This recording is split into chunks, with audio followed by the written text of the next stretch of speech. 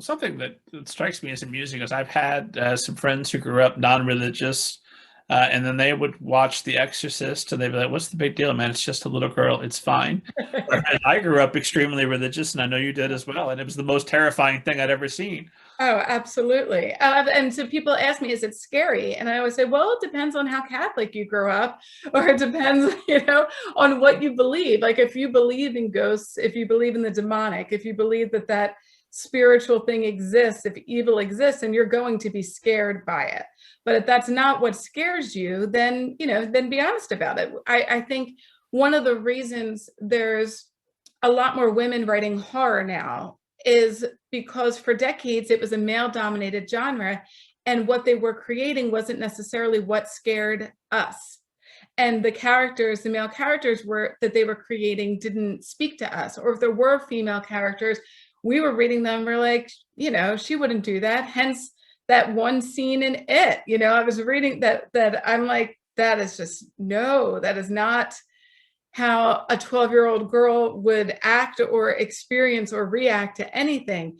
So I feel like women are kind of stepping up now and writing what scares them, and it's a little bit different than what's been done before.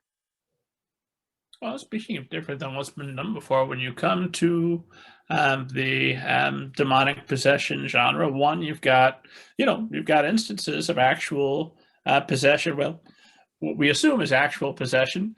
You can go and you can watch those videos on YouTube, and presumably possession fans have, and if they haven't yet, they will. So there's that. There's all these different archetypes of what the possession story is. How do you carve out the Diana Rodriguez Wallach? This is what my possessions look like. So, I mean, you're trying to pull from a bunch of different influences. I was inspired a little bit by Latin American folklore.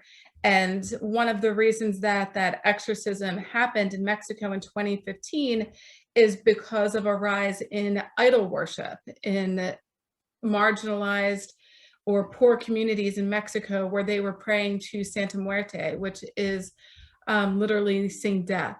But it's mostly people who feel like they are being overlooked by the Catholic Church, or they are in extreme poverty, or maybe they're involved in the drug culture and they believe that death is imminent and God may not hear their prayers, but maybe this other idol will. And the Catholic Church, being the Catholic Church, is not a huge fan of any other idol worship. It's up there in the commandments, so you could see why they would take a hard line against that.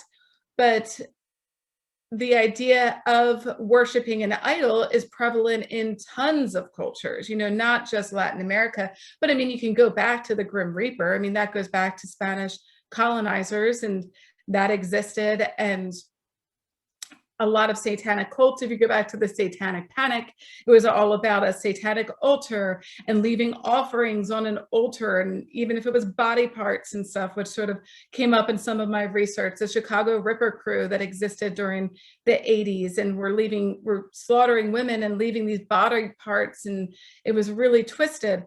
So the idea of praying to an idol, praying on an altar, and leaving offerings and expecting your prayers to be answered was sort of where I took my demonic story. You have this cult, you start in a good place, you start as just a self-help group, and by the time you're good and brainwashed, they're like, what if you just leave a few, let me show you this other thing that will really change your life and really kick it up to the next level. It's just this little statue, just leave it a few offerings and it'll answer your prayers. And if you're in a dark place, maybe you'd give it a shot. There are a lot of kooky things out there that people give it a try when they're in a desperate place because, hey, can't hurt, right? Like, let's just give it a shot and see what happens. And what if what happens is it's connected to a demonic force?